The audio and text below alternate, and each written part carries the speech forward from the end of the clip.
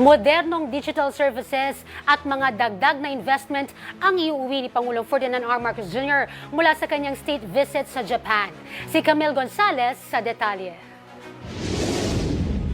Isang mas pinalakas na digital connectivity, mga modernong infrastructure projects, at mas pinalawak na financial services para sa mga Pilipino. Iyan ang tiniyak ni Pangulong Ferdinand Marcos Jr. sa pamamagitan ng mga estratehiko at progresibong partnership sa kanyang 4 na araw na state visit sa Japan. Kaugnay nito, matagumpay na nilagdaan ang 3 Memorandum of Understanding o MOU sa pagitan ng Pilipinas, ng Ayala Group at ng mga kumpanyang Hapones. Inaasahang magbubunga ang mga kasunduang ito na mas malawak na trade, investment at security cooperation na tiyak na makikinabang ang mga Pilipino. Sa tulong ng partnership ng Ayala Corporation, GCash, Mitsubishi UFJ Financial Group o MUFG at Mitsubishi Corporation, isa sa mga tiyak na napagkasunduan ng GCash Growth na naglalayong mas palawakin pa ang financial services sa buong bansa para sa mga Pilipino. Sa tulong nito, itinutulak ang pagpapabilis ng mga financial services sa bansa tulad ng lending o pagpapautang, payment transactions, wealth management, at mga makabagong digital services.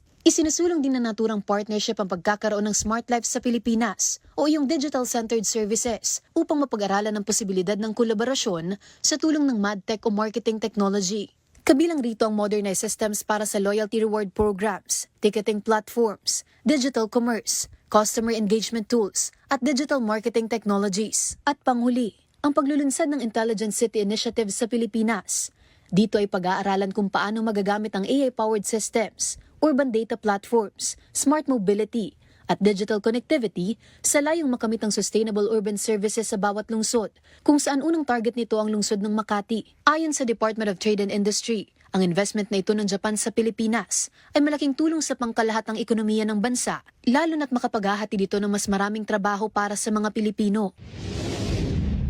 Every time there's investments in the Philippines, no, it's not just the income that it provides to the Philippines, but it's also the jobs that it provides. Siyempre, may mga indirect industries, let's say the restaurants, the retails, and so many other indirect industries that will grow also because of the investments of these Japanese firms to the Philippines. Tinitiyak naman ng Pangulo na hindi rito nagtatapos ang ugnayan ng Pilipinas at Japan dahil simula pa lang ito ng mga posible pang bilateral agreements of partnership sa hinaharap.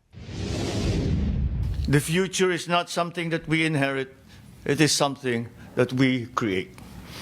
Together, Japan and the Philippines will create a future defined not by limitation, but by possibility. Para sa totoong balita sa Bagong Pilipinas, Camille Gonzalez, 3 sa tanghali ng Congress TV.